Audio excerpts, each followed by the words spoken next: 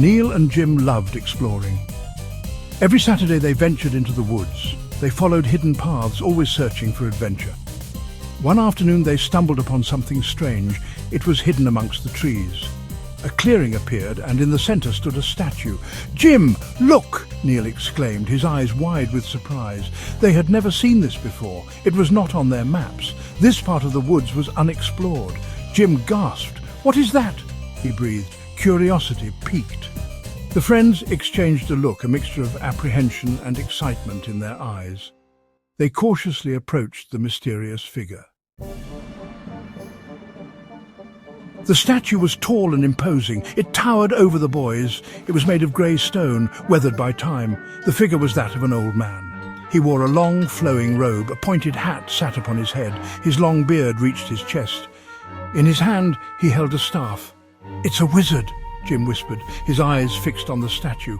He reached out to touch the cold, rough stone. "He looks so real," Neil murmured, awestruck, like he could come to life any moment. "Do you think he's magic?" Jim asked, his voice barely a whisper. He traced the lines of the wizard's robe with his fingers. Neil shrugged. "Maybe," he replied, his gaze sweeping over the statue. "Why else would he be here?" They circled the statue, examining it from all angles. There were no inscriptions, no clues to its origin. "What if this was once a wizard's lair?" Jim suggested, his imagination running wild. Maybe he cast a spell and turned himself to stone. The sun began to set. The forest grew darker. Neil and Jim knew it was time to go. They took one last look at the statue. The wizard seemed to stare back, his stone eyes holding a strange intensity. "We have to come back tomorrow," Neil said, his voice filled with wonder. "There's so much we don't know."